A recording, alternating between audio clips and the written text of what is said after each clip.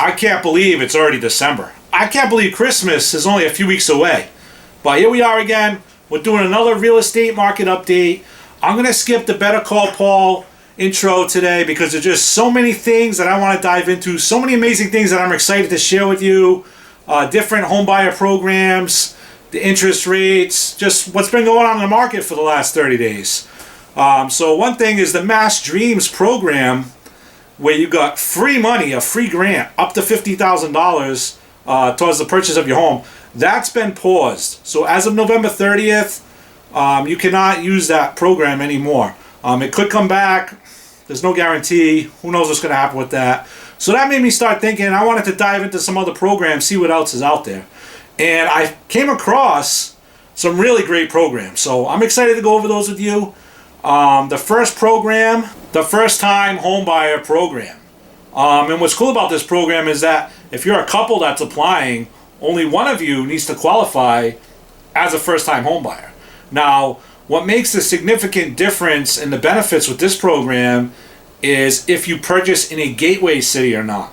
So if you're not sure what the gateway cities are, you can Google Massachusetts gateway cities, or you can read the description below, because I'm going to list the cities down there in the description. And not only am I going to list the cities, I'm going to list links to actual properties available now in these cities. So make sure you check out the description below.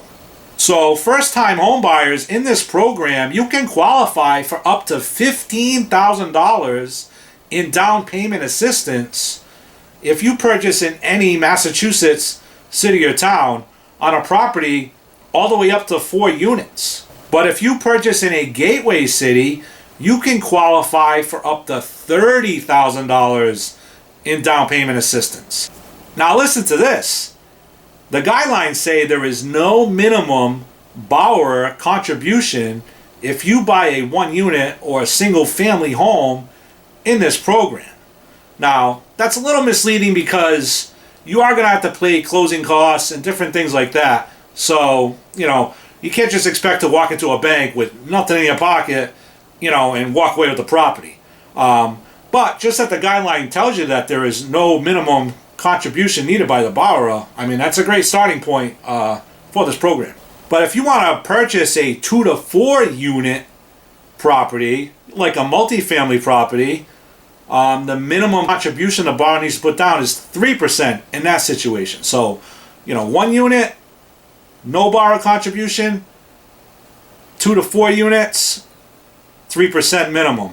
But that's still pretty cool because, 3% down, if you buy an investment multifamily property, you can leverage that money that you're going to be getting in from that property. So 3%. One thing I want to mention with that too is, so let's say you are in a gateway city, that's where you buy it, and that's $30,000 that you get in down payment assistance. You still have to pay the 3%. So that is the minimum that the borrower has to contribute. So you can't use that $30,000 and then say, I don't have to come up with the 3% because I'm using that. No, that's not how it works. So eligibility is based on a number of factors, but it mainly revolves around income that is set by the state in a chart that I will leave in the description below. Also, this program only takes into account the applicant info. So if your spouse is the CEO of Google and you don't need to list them on the application, you're still going to qualify based on your income, then you'll still qualify for this program. You can still use this program. Then the second program is the Workforce Advantage Program. And that program's a little harder to qualify for because you can't make more than 80% of the area median income, which I will refer to as the AMI. Now this one will be different because this will take into account the total household income. So your spouse can't be the CEO of Google in this situation. It's going to look at the joint tax returns, and that could just push you out of the limit over that 80%. Now this program is available in all of Massachusetts, but how much you receive in down payment assistance, depends on if it's a gateway city or not a gateway city, similar to the other program. So now if you're not a gateway city, which will be most of the cities and towns, the most that you can qualify for is up to 30,000, which is still, that's pretty good. That's the max that it was in the first time homebuyer program. So you can get up to 30,000 in this program if you're not in a gateway city. And if you are in a gateway city, you can qualify for up to $50,000 in down payment assistance. So now there is a third program, but I won't get totally into the third program. It's just a regular MassHousing loan, but this one has 2 tiers to it. So you can have the first tier where you're under the 80%, like the previous program I just talked about, or you can go over 80%, up to 100% in this program, and also you do not have to be a first-time homebuyer. And you don't have to be a first-time homebuyer in the second program, the one I just talked about either. It's just that initial first-time homebuyer program. And just to throw some real-life numbers into the situation so you can kind of have an idea how some of this works, we'll take the town of Rainham, for example. Now, Rainham, if you have the AMI, area medium income, for a household of 1, you live by yourself, what they say the area median income is for there is $99,650. Now, 80% of that is $79,750. So, just so you can kind of see some real life numbers, I just picked a random town. Every town's different, so don't just go by these numbers. There's a chart. If I can leave that chart in there too, I will, in the description. Or you can just ask me about it and I'll try to send it over to you. But what's really cool about all 3 of these programs is that they all have no borrower contribution on single family 1-unit properties, and just a minimum of 3% on 2 to 4 unit multifamily properties. Also, what I should note about the multifamily homes is that you need to claim your primary residence there for at least 60 days. Otherwise, you're taking out an investment loan, and those rates are they're just brutal right now. So stick with these programs if you can. The 60 days primary residence.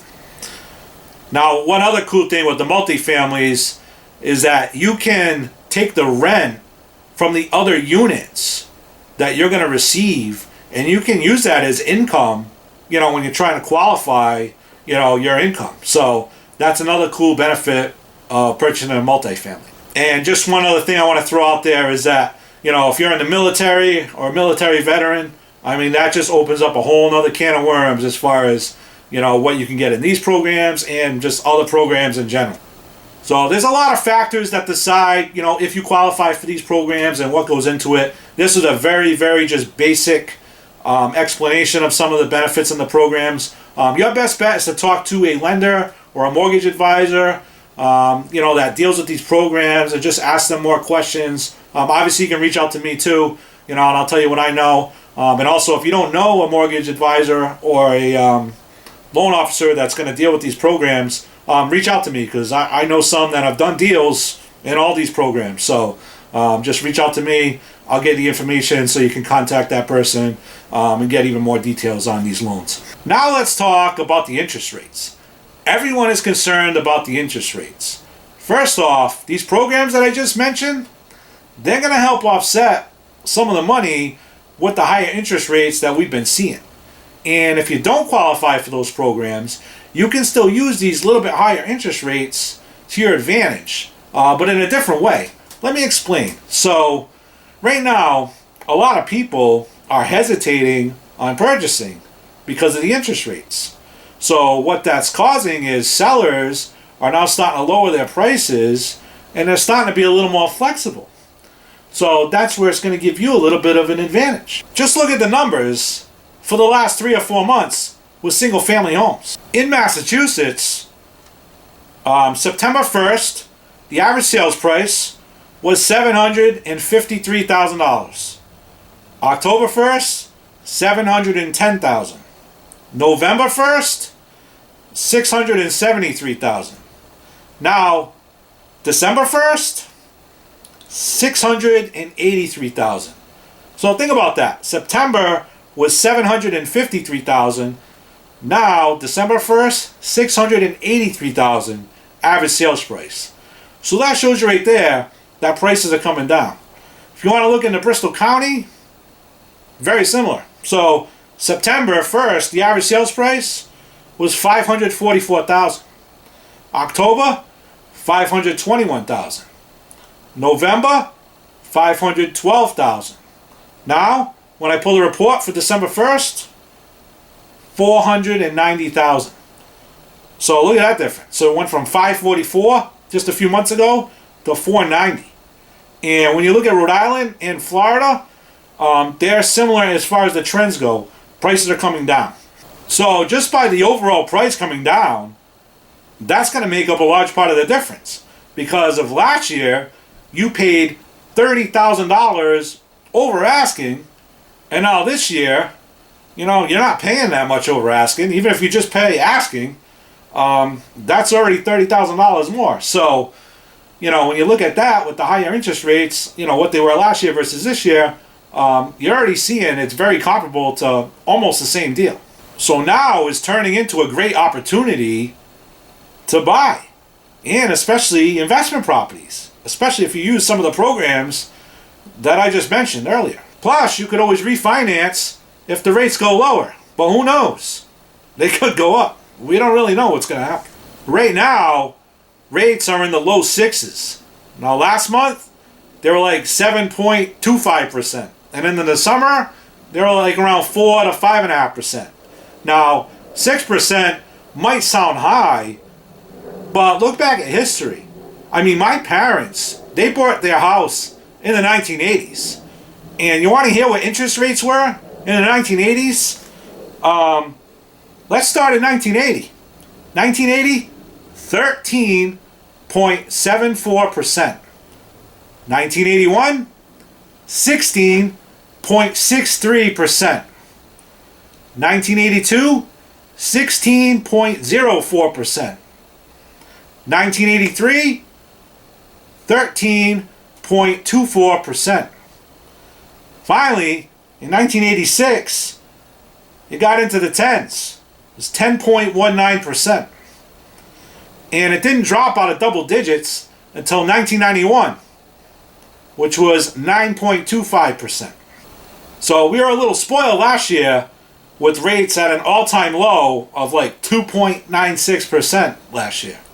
So yeah, the average for, the last decade or so has been 3.5% to 5%. But if you just look back in history, there was a whole decade where it was double digits. So as prices drop, along with some of the down payment assistance programs that I talked about, there's opportunity out there, both in single-family homes and multifamily homes. So don't forget to read the description below. It's going to have a list of the gateway cities. It's going to have the links to actual properties that are available right now in the market in those gateway cities. And also, if you have any questions at all, my number's on the screen. Don't ever hesitate. Call me, write me a text message, or you can send me an email, whatever's convenient to you. I'm here to answer your questions. Even if you want to know, more about these programs, like what exactly is down payment assistance. If you want me to dive more into that, feel free, reach out to me. I'll give you my explanation of it. I'll also refer you, if you like, to like a mortgage advisor, because they're going to be well versed a lot more than I am. I'm just giving you the basics on these programs. There's a lot of things. I was looking at the forms. There's a lot of stuff that goes into if you qualify or not. I'm just trying to give a basic outline. But reach out to me. I can get you in touch with one of those people. But thank you so much for watching. I really appreciate your time. I hope this was helpful. And if you have any questions at all, that's what I'm here for. Don't ever feel like you're bothering me. Reach out to me. And I'd love to help you out.